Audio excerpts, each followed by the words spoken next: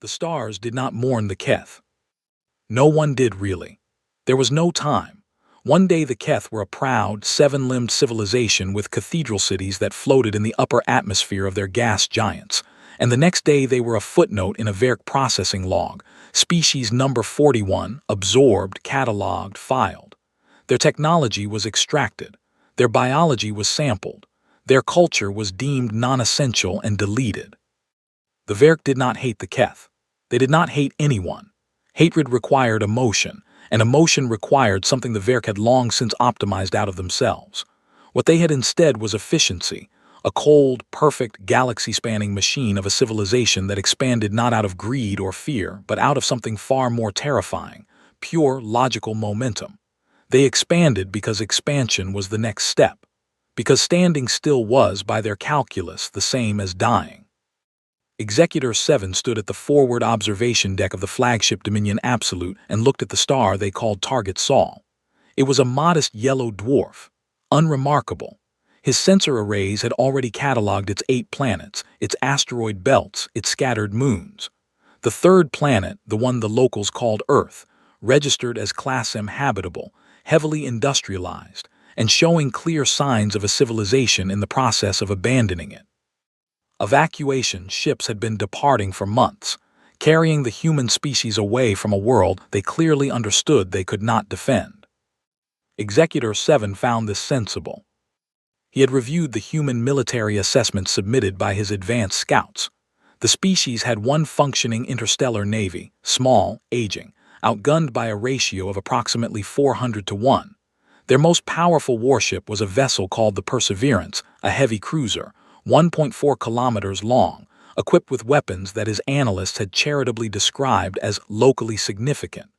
14 heavy rail batteries, 6 missile clusters, point defense arrays that would be considered obsolete by the standard of civilizations they had absorbed 30 years ago.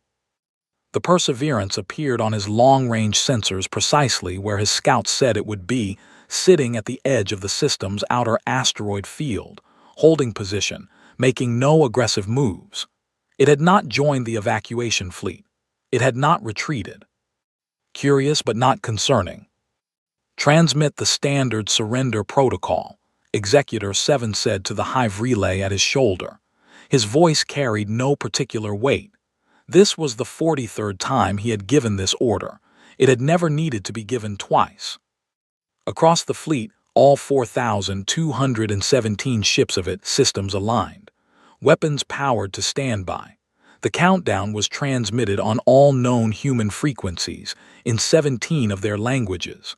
The message was simple: you have 11 hours to signal compliance, after which the Verk fleet will proceed to planetary approach. 11 hours was generous. Most species surrendered in 2. Executor 7 did not watch the timer. He began reviewing the absorption protocols for species 43. There were dietary adjustments to factor in for the human workforce. Their biology was unusual, fragile in some ways, unexpectedly durable in others. He noted a peculiar anomaly in their biochemical stress responses, something the xenobiologists flagged as requiring further study, but set it aside. It did not seem tactically relevant. He would revise that assessment later. Aboard the Perseverance, Commander Lena Voss read the surrender demand on a cracked secondary screen in a bridge that smelled of burnt wiring and bad coffee, and she laughed. Not the kind of laugh that has any humor in it, the short, exhaled kind that means of course it says that. She was 44 years old. She had 17 years in the United Nations Space Command, 3 combat tour, and a scar along her left jawline from a shrapnel strike during the Battle of Kepler Station. She was not a tall woman, not a particularly intimidating one at first glance. Her uniform was rumpled. There was a coffee stain on the sleeve she kept forgetting to deal with. Her dark hair was shot through with premature gray. But her eyes, her crew knew her eyes. They were the eyes of a woman who had looked at bad situations her entire career and always found the one angle that wasn't as bad as it looked. She looked at the Verk fleet on her tactical display. 4,000 ships. She looked for the angle for a long moment. Then she pulled up the ship's internal comm and said, All hands, this is the commander.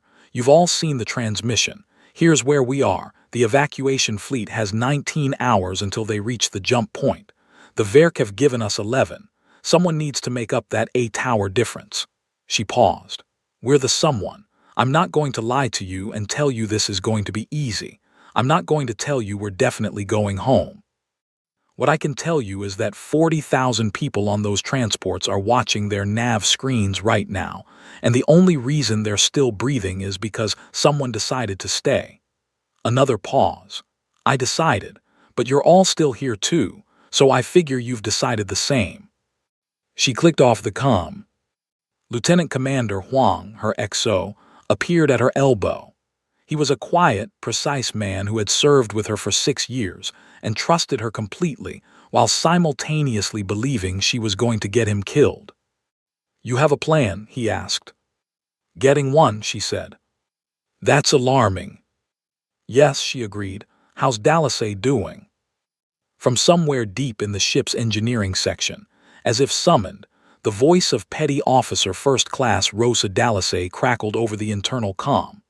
Commander, if you're about to ask me to turn this half-broken cruiser into something that can fight 4,000 Verk ships, I need you to know that I will do it, but I am going to complain the entire time. Voss almost smiled. Noted, Chief, get started. 16 civilians were the reason.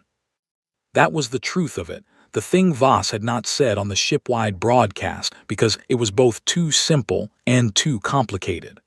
When the evacuation order had come down, all UNSC vessels withdraw. This is not a request. The Perseverance had been in the middle of receiving a medical transfer.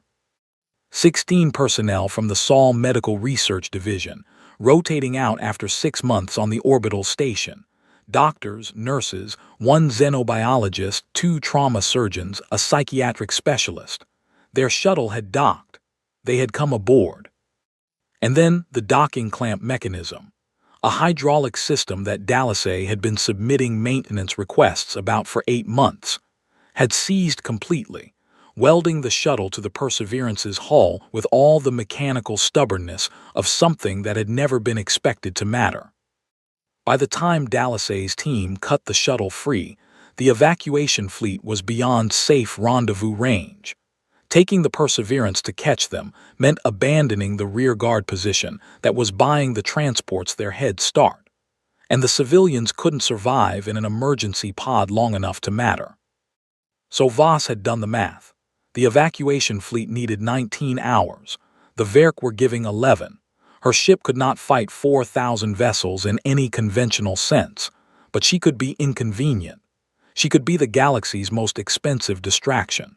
She could take 11 hours of Verk attention and stretch it into 19 if she was clever, if she was ruthless, and if she was willing to accept the cost. She had not asked anyone's permission. She had simply pointed the ship at the Verk fleet and started thinking. Now 2 hours into the countdown, she walked the length of her ship, all 1.4 kilometers of it, not for any tactical reason, but because she needed to see her people.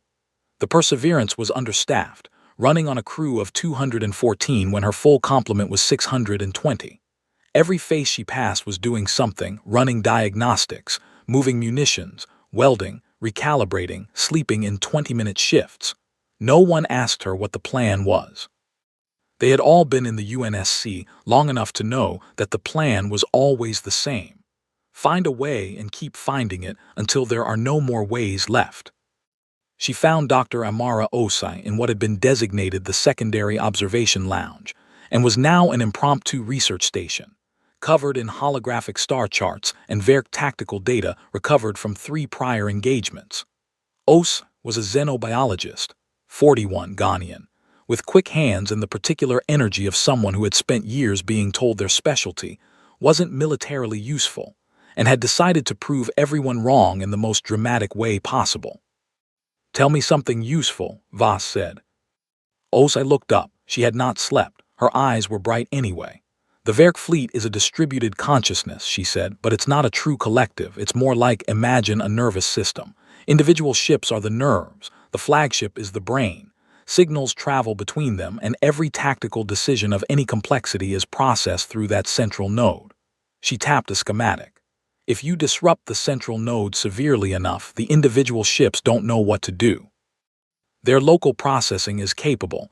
They can continue basic functions, fly, maintain weapons. But complex coordination requires the node. Without it, they go into what I'm calling cascade reboot. Every ship pauses to resync. How long is the pause? Based on what happened to the Aurelian fleet when they destroyed a Verk carrier by accident, I estimate 35 to 40 minutes. Voss stared at the schematic for a long time, and the flagship's shielding. Rotating, there's a gap every 90 seconds in the forward arc. Os paused, but the shot would have to be precise, and the weapon delivering it would have to be significantly more powerful than anything you currently have functional. Currently, Voss said. Os smiled. You're going to talk to Dallas, aren't you? After I do something else first. Voss pulled out her comm unit.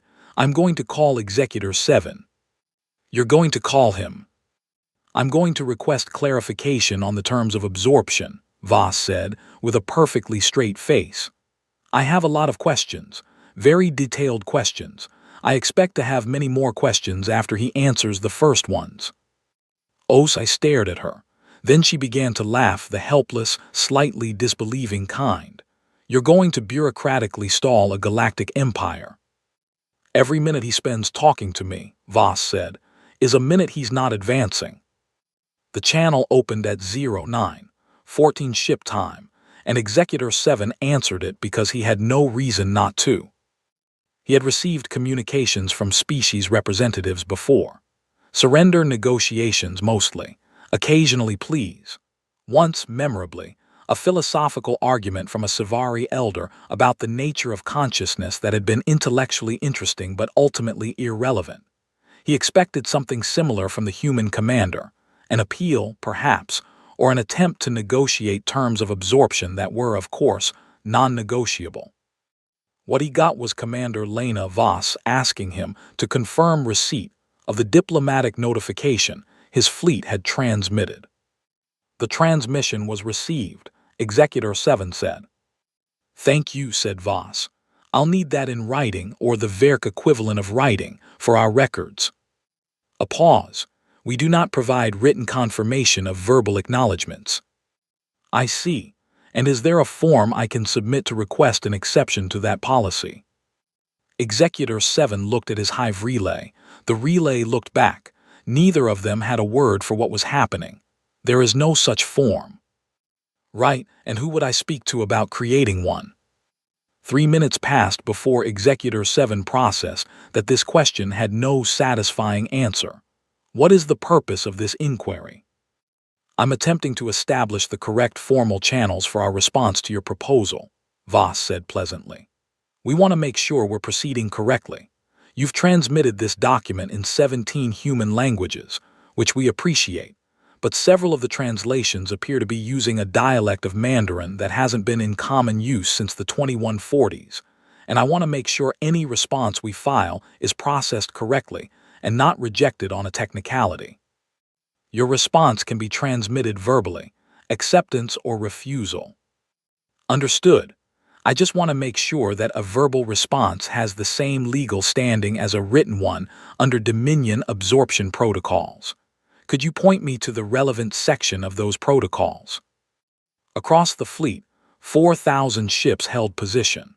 Executor 7 began pulling up the Dominion absorption protocol documentation, a document he had never once needed to explain to anyone because no species had ever asked. He found Section 7. He began to read it to her. She asked a follow-up question about Section 7, subsection 4. Down in the engineering section of the Perseverance, Rosa Dallasay worked. She was a small woman, 37 years old, with grease-blackened hands and the particular genius of someone who understood machines the way some people understand music, not as a set of rules to follow, but as a living thing with moods and preferences and hidden potential. She had been awake for 22 hours. She sang under her breath while she worked, something old from her childhood in Pampanga, a song her grandmother had sung, which had nothing to do with starships or war, and everything to do with why she was still here when she could have been on an evacuation transport 3 days ago. She was pulling apart 2 broken weapons batteries and building one functional one from their combined parts.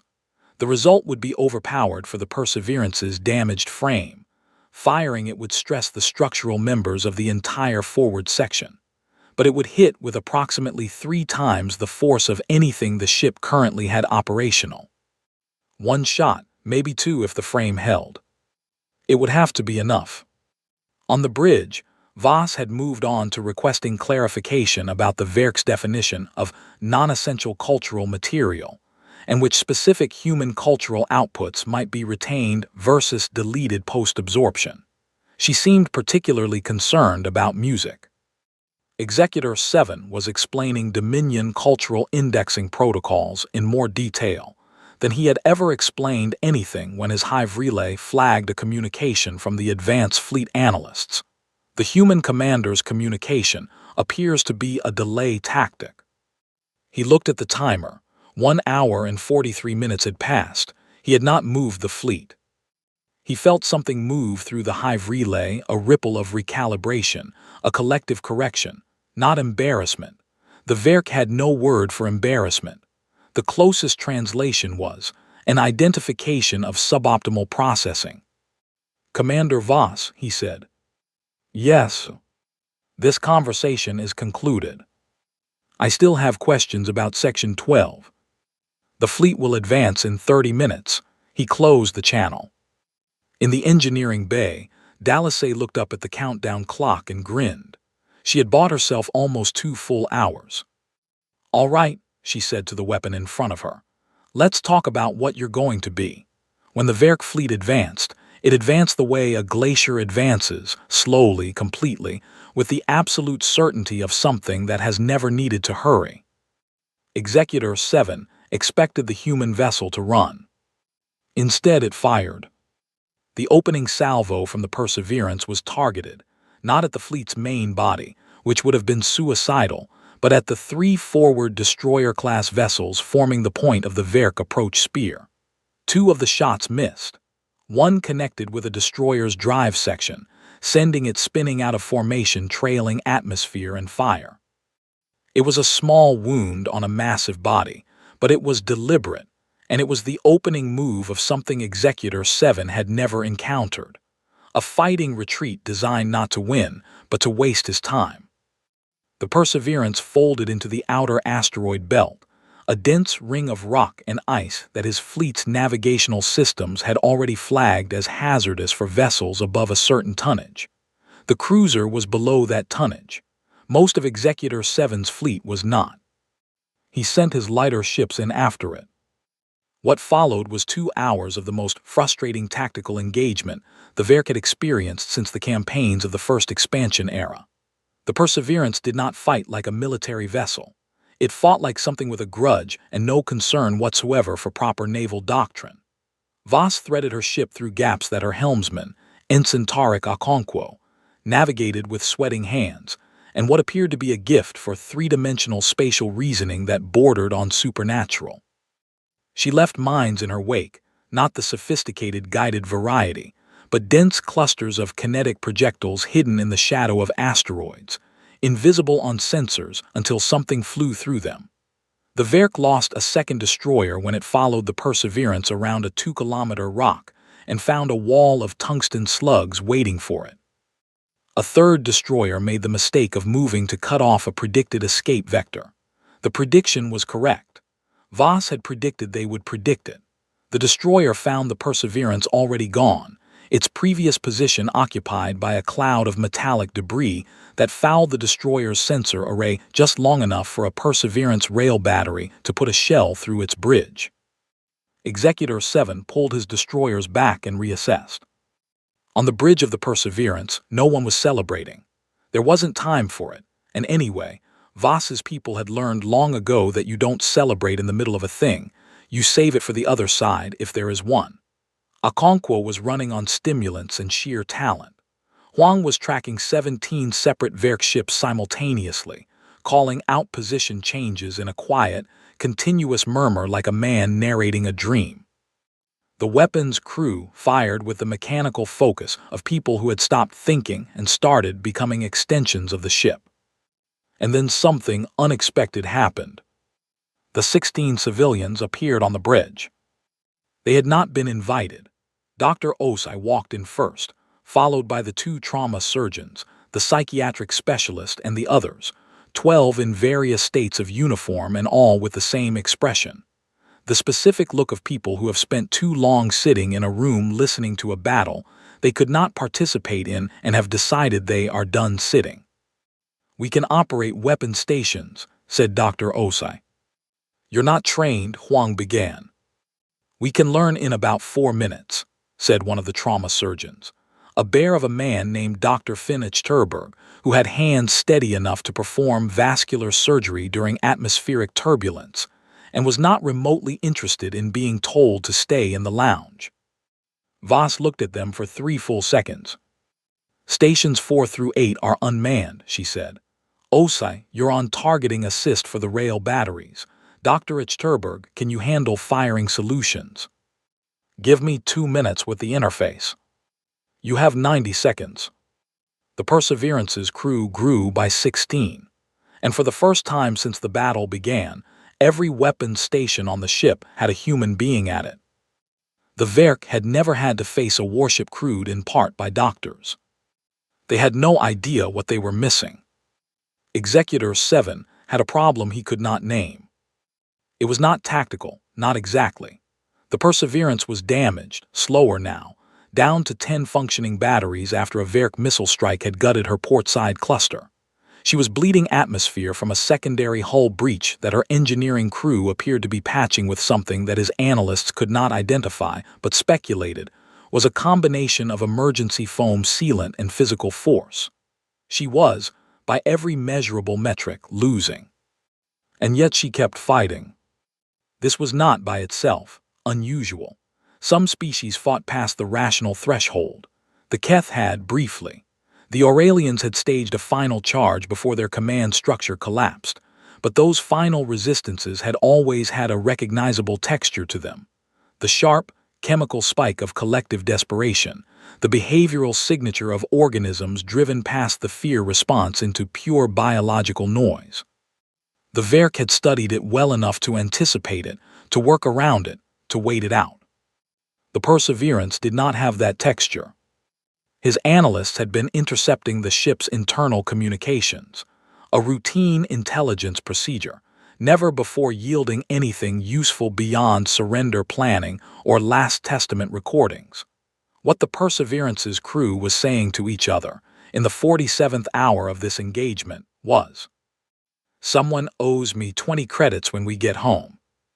Tarek, if you make that maneuver again without warning me, I will personally rearrange your nervous system. Is there any coffee left? There has to be coffee left. Patch is holding. I told you it would hold. How's your hand? Still attached, good enough." His analysts could not categorize it. The closest behavioral model they could find was something from the psychological literature of absorbed species, a pattern documented in the Keth, in the Savari, called collective stress dissociation, a mechanism by which organisms in extreme fear states detached from the reality of their situation and behaved as if in a safe environment. But the Perseverance's crew did not show fear suppression chemicals in the atmospheric samples his drones had managed to collect from the hull breach. They were not suppressing anything. Their fear responses were present and normal. They were simply doing something else with them, redirecting them into humor, into competence, into arguments about coffee. The Verk did not have a word for this. The Hive Relay flagged it as an anomaly and moved on. In the ship's engineering bay, Rosa Dallasay was holding a superheated coupling with her bare hands. Her gloves had burned off an hour ago, and singing. The song was the same one she had been singing for the last 6 hours, the one from her childhood, and she was singing it because it was the only thing in her life that was exactly the same as it had always been, unchanged by any of this, and that felt important in a way she couldn't have explained but didn't need to. The weapon was ready, had been for 2 hours. She was waiting for Voss's order. On the bridge, Voss was looking at the timer. The evacuation fleet had 4 hours until the jump point.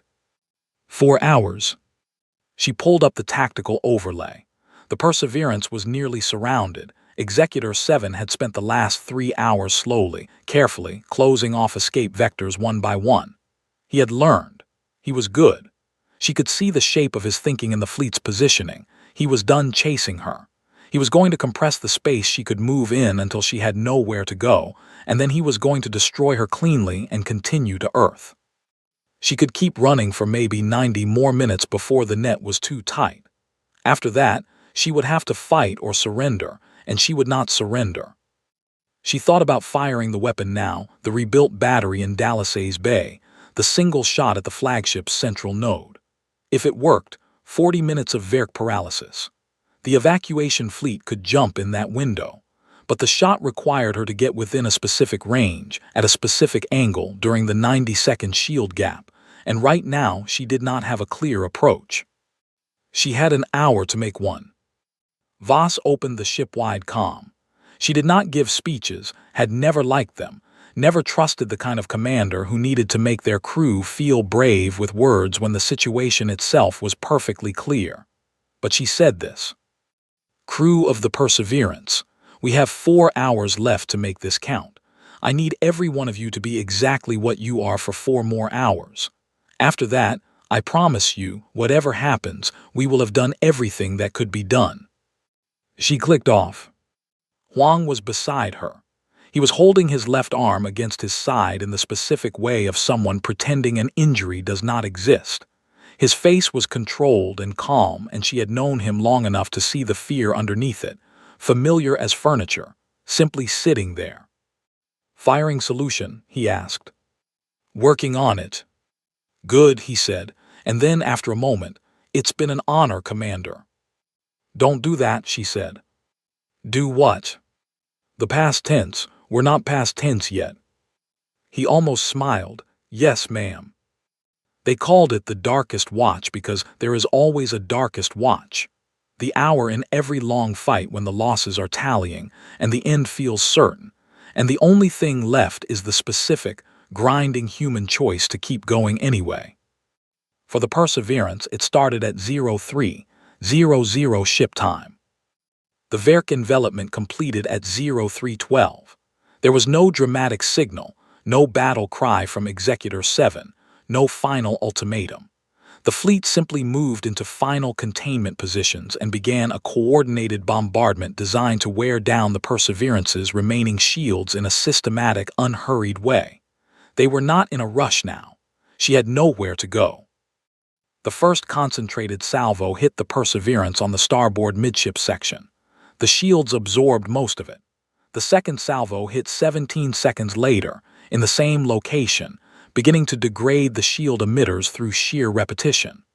The third salvo, Dallas had made it to the bridge by then, the weapon primed and waiting, blew through the degraded shield and connected with the hull. Decks 7, 8, and 9, starboard midship, hull breach catastrophic. The compartmentalization systems engaged automatically, bulkhead sealing in seconds. But there were people in those sections. 3 of them, able spaceman Cho Wai-Lin, Petty Officer Second Class Marcus Brandt, and Specialist Keiko Tamura, who had been running a conduit repair when the shell hit, did not make it to safety in time. Voss knew all 3 of their names. She did not stop moving. She could not afford to stop moving, and they would not have wanted her to stop moving, and the way she honored them in the moment was by continuing to be the person who might make their deaths mean something.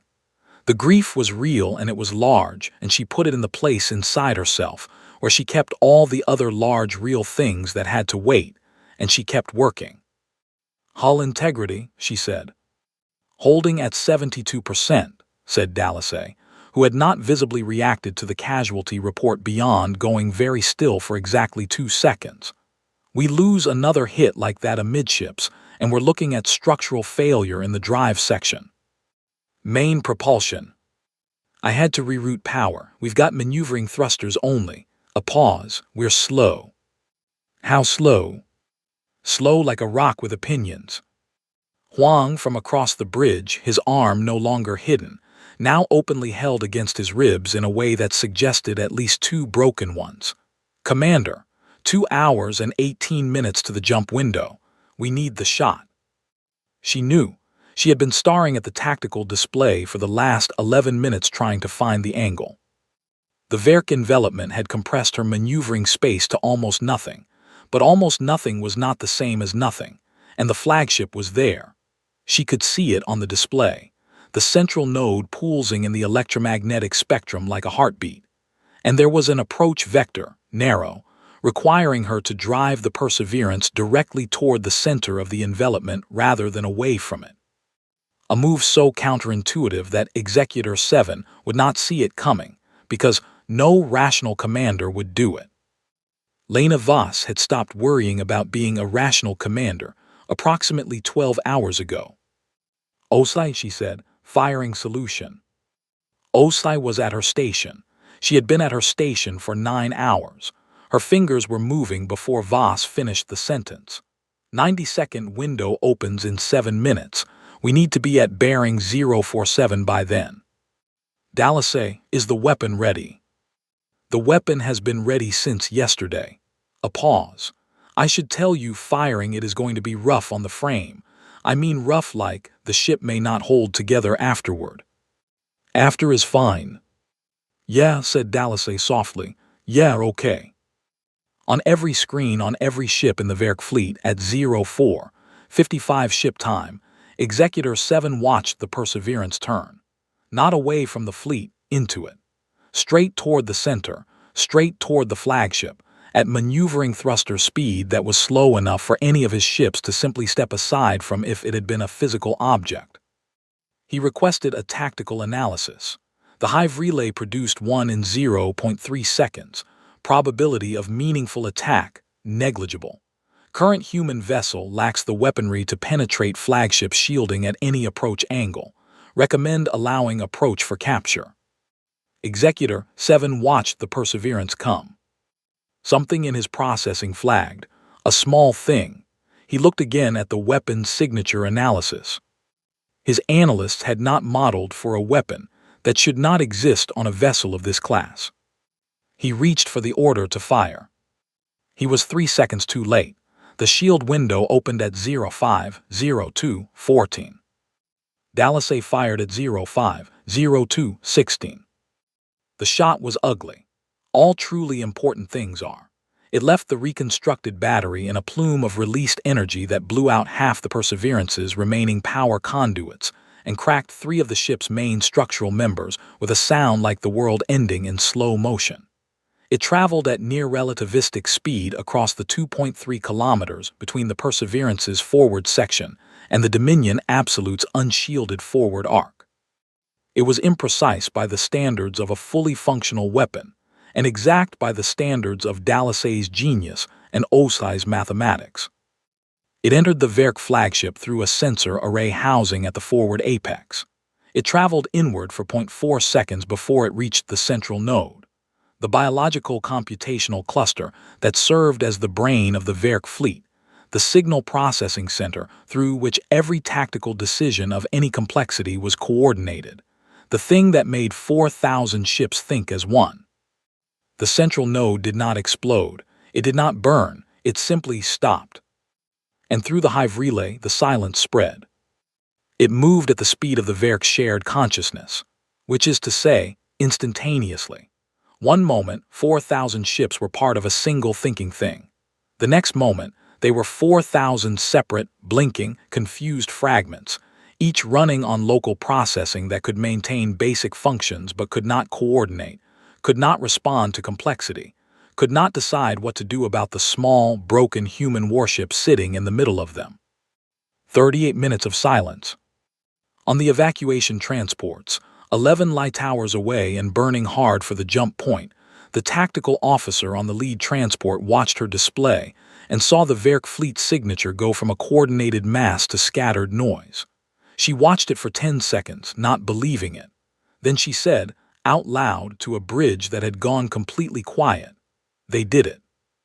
Nobody answered, nobody needed to. The transports had 14 minutes until the jump window. They used every one of them. When the window opened, 41,208 human beings jumped clear of the Sol system. Every transport, every shuttle, every emergency pod. Not one was left behind. On the Perseverance, in the silence of the Werk paralysis, Voss sat in her command chair and did not speak for a full 2 minutes.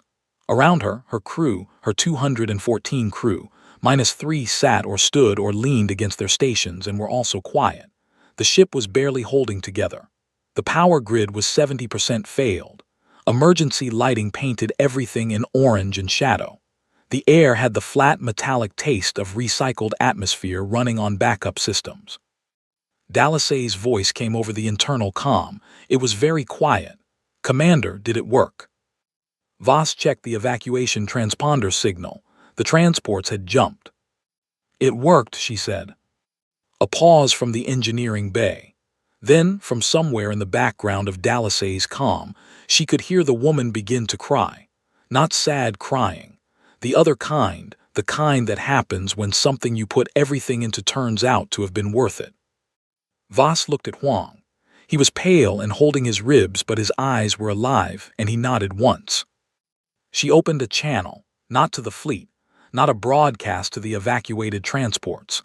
She opened the channel to Executor 7's ship, still rebooting, still silent, but the channel would record, and she played music. The fourth movement of Beethoven's Ninth Symphony, the Ode to Joy.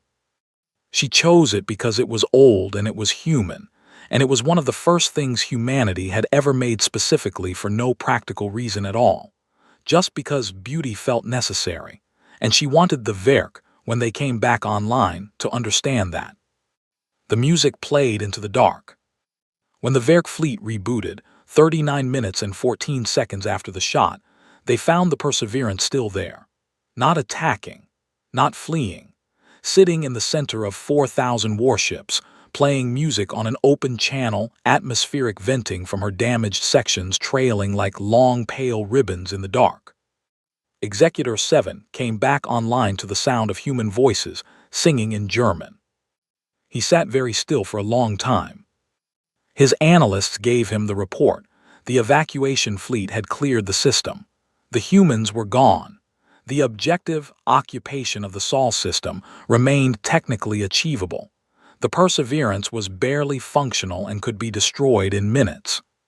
He looked at the tactical display. He looked at the Perseverance. He looked at it for a very long time. Then he transmitted, on the same frequency she had used, "Surrender."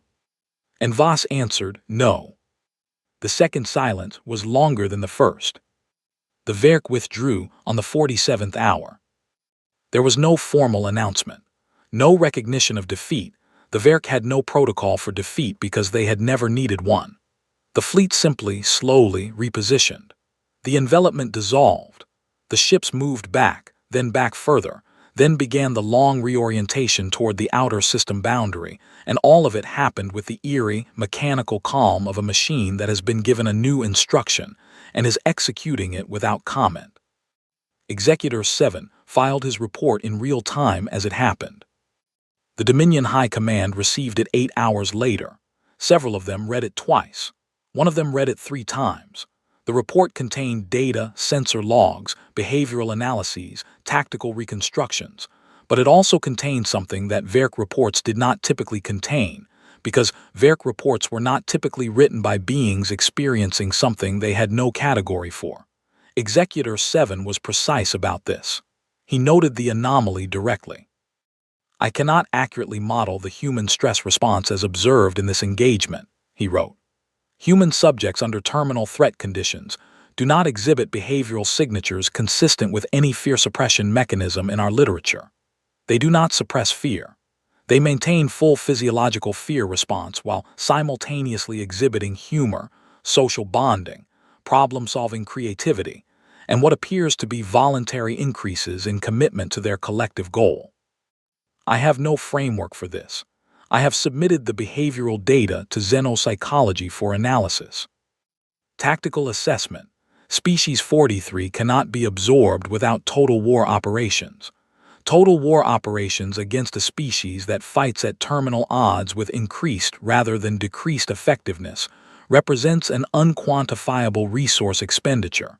Additionally, he had paused here. The pause was visible in the timestamp of the document, 4 minutes and 37 seconds. Additionally, I do not believe the human military response was an expression of their full capability. I believe it was an expression of what one ship, 1,300 kilometers long, 211 crew, and zero expectation of survival, was able to improvise in 47 hours. I do not wish to be present when they are given time to prepare. He recommended, for the first time in Dominion history, a strategic hold on further expansion in the Sol sector. The High Command discussed it for 9 days. They accepted the recommendation. The Perseverance limped home. It took 4 days, running on 3 thruster nacelles and emergency power, navigating by manual star charts because the nav computer had been fried in the final exchange. Dallasay spent those 4 days doing things to the power grid that defied everything she had been taught about power grids, and the ship held together through what she would later describe as mechanical spite. I think she just refused. When the Perseverance entered Earth orbit, or what had been Earth orbit, now defined by the defensive shell of station platforms and satellite arrays that the remaining skeleton crew had maintained, the stations knew she was coming. Word had traveled ahead of her. The evacuation transports had jumped into a rendezvous point 6 light-years out and immediately begun transmitting everything: the tactical logs, the communications intercepts, the whole 47 hours of it. The people on the orbital stations, the engineers and technicians and commanders who had stayed to maintain Earth's defenses, came to the observation windows when the Perseverance came into visual range. They did not cheer. It did not feel like a cheering moment. It felt like something else, something quieter and larger. The feeling of watching something come back that you had not expected to come back. The feeling of understanding for the first time what it had cost. One by one, the stations lit their external running lights. All of them. Every platform, every relay station, every weapons installation in Earth orbit turned on every light it had. Not for navigation, it was purely symbolic, and every person who did it knew it was purely symbolic, and did it anyway, because some things need to be done even when they have no practical function, because that is the human way of saying we see you. The Perseverance passed through a corridor of light. Voss saw it from the bridge and said nothing. She pressed her hand flat against the forward viewport for a moment. Her crew saw her do it, and none of them mentioned it, ever, because they understood what it was, and then she turned back to her console and began filing the after-action report. It was 3 sentences long. The evacuation fleet cleared the jump point at 05:16 ship time. All personnel accounted for. The Verk fleet has withdrawn from the Sol system. It was later framed and hung in the entrance hall of the United Earth Remnant Government, in the orbital station that became the temporary seat of human civilization. No one who walked past it thought the 3 sentences were too few.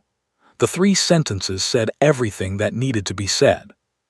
The 16 civilians were mustered into the UNSC Reserve by a special act of the Remnant Council, the first non-combat commissions in human history. Dr. Ichterberg went back to surgery. Dr. Oss went back to xenobiology with a research grant that was comically large, and spent the next 4 years writing the foundational text on Verk consciousness architecture, which would eventually be read by military strategists across 6 liberated species. Dallasay was offered a promotion 3 times and turned it down 3 times, on the grounds that she preferred to be the person who fixed things rather than the person who managed people who fixed things. Huang had 2 broken ribs, a hairline fracture in his left radius, and a commendation he put in a drawer. And somewhere in the stars, in the quiet of a Verk flagship bridge, moving away from a yellow sun it had not conquered, Executor 7 sat alone and played the music one more time. He had listened to it 37 times since the engagement. He had no explanation for why he kept returning to it. It was not efficient. It served no strategic purpose. The Xenopsychology Division had told him it was a human composition called the Ninth Symphony, created in the early 19th century by a human who had been deaf, completely unable to hear, when he wrote it. Executor 7 thought about that for a long time. A creature who could not hear, writing music he would never hear, for an audience that did not yet exist, on a world that was about to become the most dangerous place in the galaxy. The Hive relay pinged him. It was a message from High Command, requesting his timeline for the next campaign sector. He did not answer immediately. He listened to the last movement, the voices, the vast swelling accumulation of human voices all singing together. And he found, for the first time in his centuries of existence, that he did not know what to do next. He filed the strategic hold recommendation. He closed the music file. He sat in the dark between the stars. And somewhere, he thought, in the way that beings think who are not supposed to have feelings but have nonetheless arrived at the edge of something that goes down further than they can see, somewhere those humans are already building something worse than one ship. He was right. But that is another story. And